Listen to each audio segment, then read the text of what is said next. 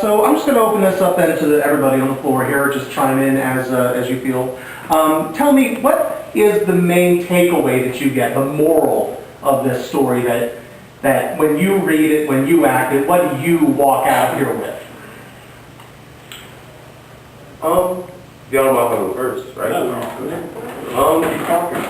When I first read the script, the first thing I thought about was the relationship, in my personal life that I have with a mentor of mine, and it just shows the relationship somebody so different in age can have with somebody, no matter what their views are and the color of their skin. It's a very racial story, underneath the lines in my eyes. And I can relate a lot with this story because the relationship that Franco has with his family is kind of how I grew up, and it makes me get more into the role of playing Franco, because it's not hard for me, because it feels like I've done this before, and I've dealt with somebody like Arthur, in the last 2-3 years of my life, so. It definitely makes it more authentic, and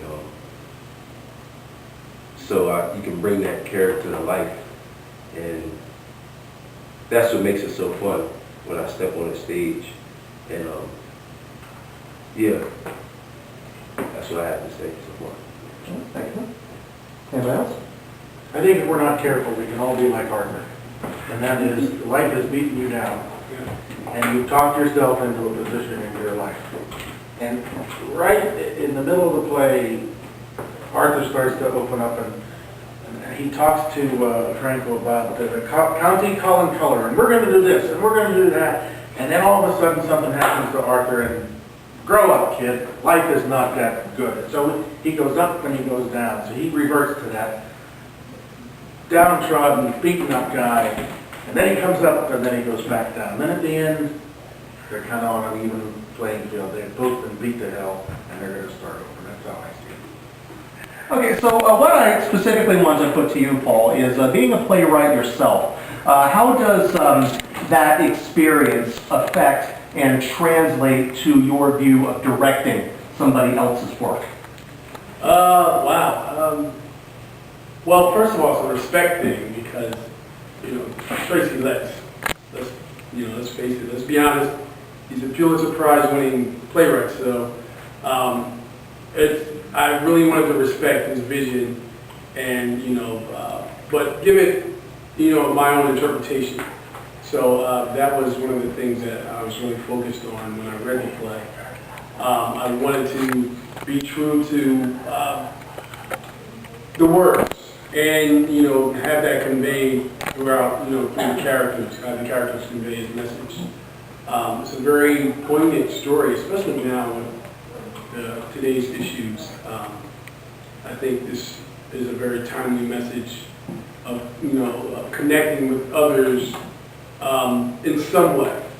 So I really felt like Arthur and Franco are true saviors for each other, and I wanted that to be like the focal point. Even though there's all these other interesting characters, I think each character in this story embodies some traits from our two main characters, and they're just like a branch out, and that's what makes the play brilliant. And I really wanted to have that portrayed through this wonderful cast that we've assembled. So yeah, I'm just honored to have the chance to direct one of Tracy Letts' plays. I think he's a great playwright. Quick little bit of fun. Jeff, if Lisa were a donut, what kind of donut would she be?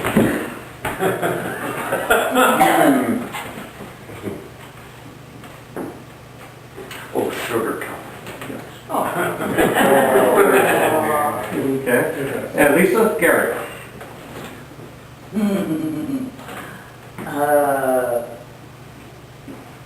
You thinking chocolate, I know it.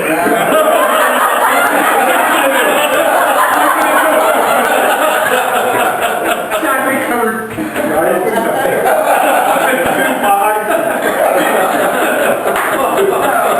Boston cream. Well, Gary, Paul. Come on, G, don't let me down. What kind of donut? It have to be a specialty donut. That's a good save. I'll let you have that one. All right, Paul, Andy. Oh, where, 80? Yeah. 80 would be a Herring. a long john. Oh my. Andy, Rob. Oh goodness, what else? Sorry. What kind of donut would Rob be if you were a donut? Okay, trying to think of, donuts usually aren't bitter and sour, but whichever one is sourest, say lemon, cranberry, something like that. Yeah, okay. Rob, Stephen. Steven. Yeah, you'd be one of them gigantic, stale, 5 feet under the stale apple fritters. You know, it looks good on the outside, but you'll take a bite in it after 7 days, it's hard as a rock. That's great. Stephen John. You just stole my idea. Or at least part of it.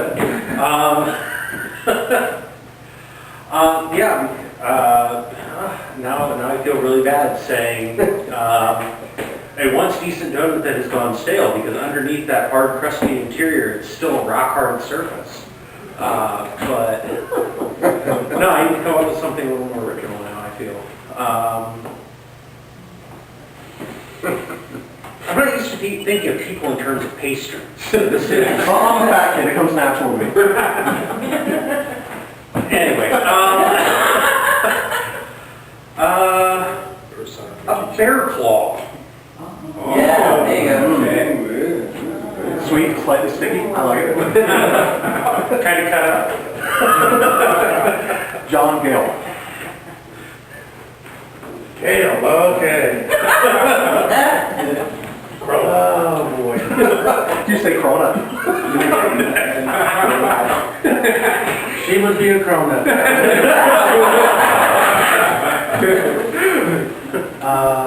Just solid, stands tall, and you got a mix of, I'm sure a fine actress as she ever did, and a hell of a stage manager and producer, so just solid all around and very original. And we probably heard it before at your head.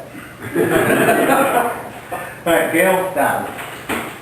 I think Daphne would probably be an old-fashioned because she's like the original. She's kept all of her original values, so no matter what's going on the outside, in here, she still has those values and principles that she needs to carry on and move forward and assist her fellow travelers along the way. All right. Daphne, same? Yep. Well,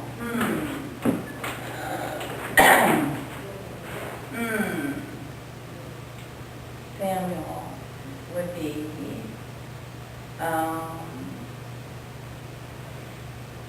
he would just be an everything done. No, it's bagel, right? Big one. Plain bagel. Let's change changes everything. He's bagel. Okay, Sam's bagel. I'll take it. Sam, Jeff. Now I'm gonna go to left field on this one. Jeff would be. It reminds me when I was in school, when I was in high school. We used to have parties when the Phillies won the World Series. I remember no one came to school. I was the only one in class. So all the teachers brought in snacks. So this teacher, she brought in, I think it was, I don't know if it was Dunkin' Donuts or maybe Wawa, and they put all these different kind of donut holes in the box. And everyone was happy by taking one of these donut holes. There was a flavor for everyone in the box. And I say that Jeff represents the whole box. And I say that because Jeff is always doing something when he's here.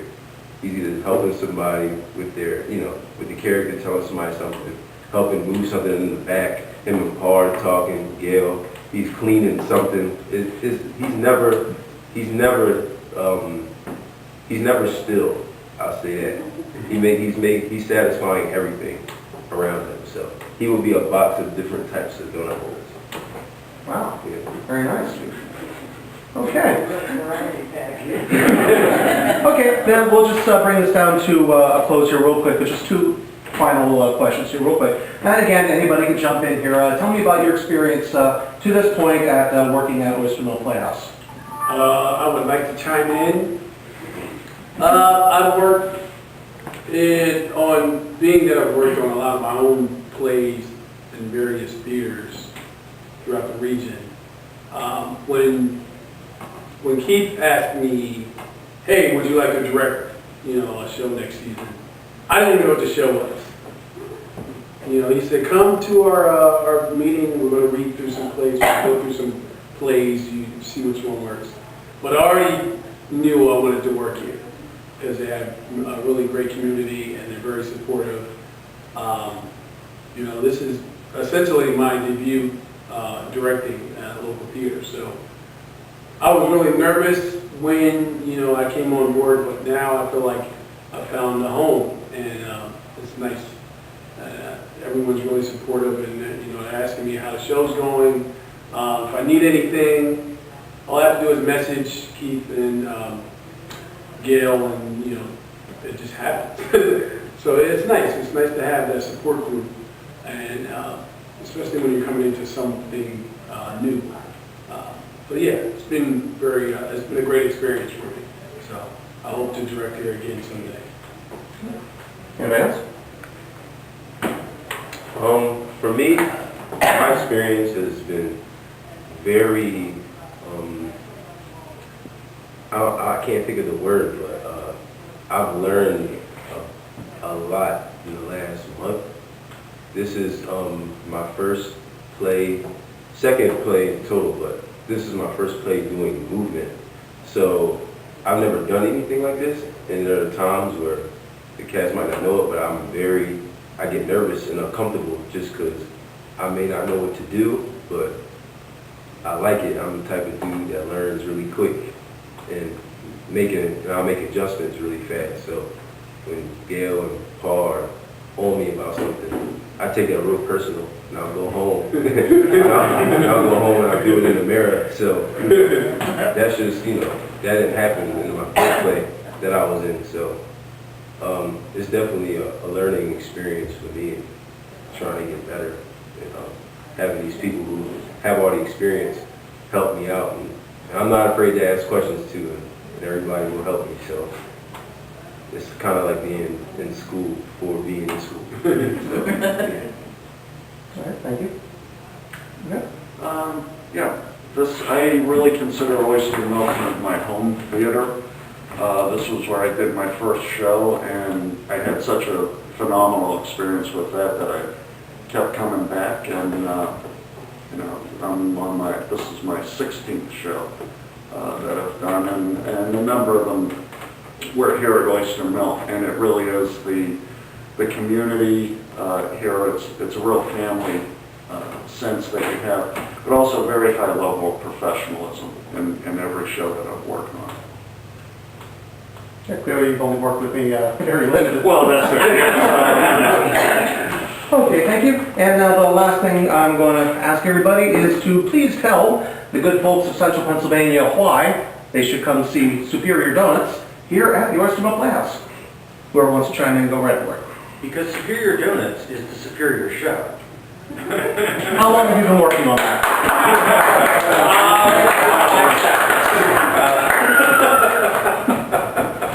I will chime in on this. Come see Superior Donuts because you're not going to get a play like this. This is the only theater in Central PA that's doing this type of show. And I've checked out everyone's season. And this, I mean, there's great seasons, in other theaters, of course. There's a lot of great theater in this area. But this Superior Donuts tackles a lot of social issues, and it's a little edgier than what we're used to in this area, I'll be honest. And that was one of the reasons why I chose to direct this play. It's the kind of work I like, and it's the kind of work I think that we need in Central PA. So I recommend coming to see the show. Bring your friends, bring everybody. I don't know if you can bring dogs, but Service animals are always welcome. bring your service animal and come see this show. You also get to see two old guys become action stars. That's right. We need to zoom in on that. There's violence. Say that again.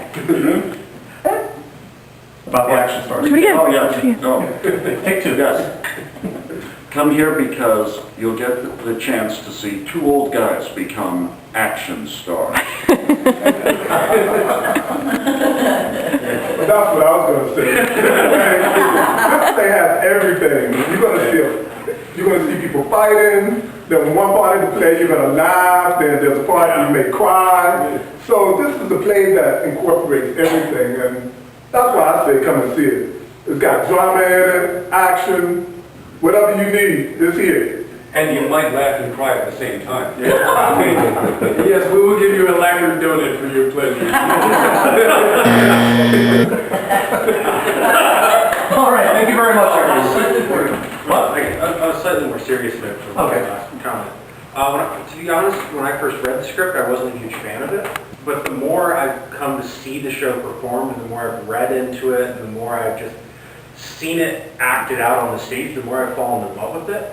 Because it's not, like it's been said before, it's not something you normally see. But it really has a lot of good messages and a lot of things that'll make you think. And a really good core message that it's never too late to try something new, and it's never too late to pick a different direction. And I think that's something that a lot of people need to hear. All right, well, thank you very much, everyone.